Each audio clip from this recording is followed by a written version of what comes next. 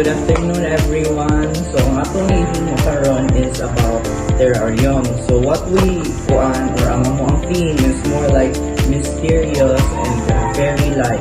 So ang amo ang kuan ani idea is like ang among terrarium kay mura siya section by section nga ipataas-pataas siya na ay mga different kuan dira nga ipakita like from biosphere to geosphere to kuan atmosphere, hydrosphere.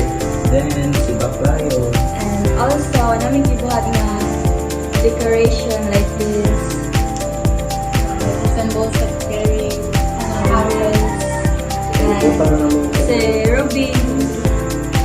And then kami, this one resembles the biospheres, you know, for the plants and for the life cycle, the food for the animals.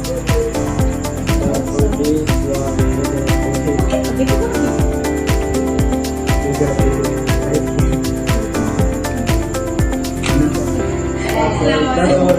Yeah.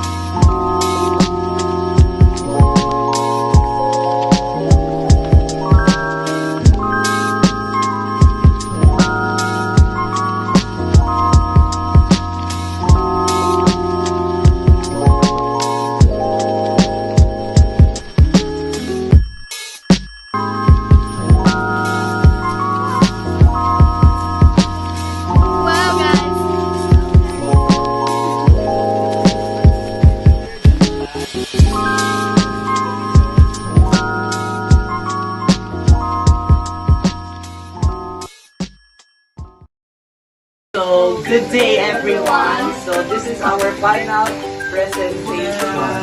Our broken clay pot, and you might ask that where is the atmosphere? So, the atmosphere is from all over because the atmosphere is composed of nitrogen. So, nitrogen is composed of